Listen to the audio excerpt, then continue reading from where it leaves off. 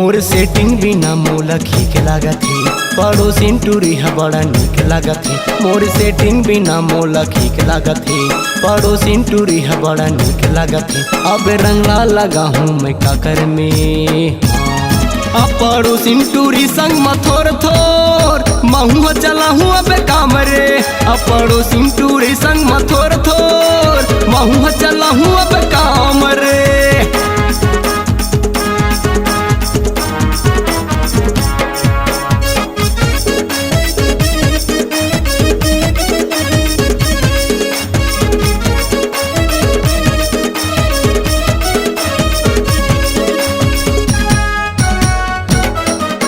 मौका है आज टूरी ले लेना चांस, झंझाना धुरिया आज मोरे पास। झनहू उदास तय मोला अपन जान, होली के मजा हम लेबो मोरे जान, होली के मजा हम लेबो मोरे जान।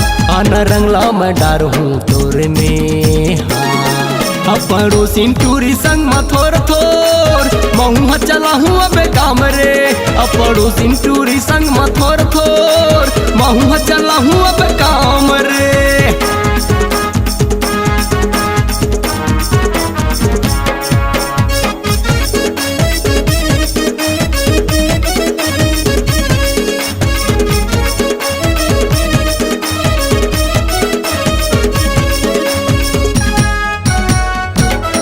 मोर दादा के तोला बहू बनाहूँ, माया के मोहनी तोला खावा हूँ।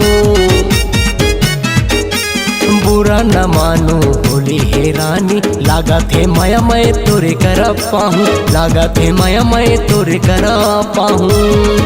अब रंगला लगा हूँ मैं तोर में हाँ, अब पड़ोसिन टूरी संग मथोर थोर महू चलावत हम काम रे। अब पड़ोसिन टूरी संग मथोर थोर महू चलावत हम काम रे।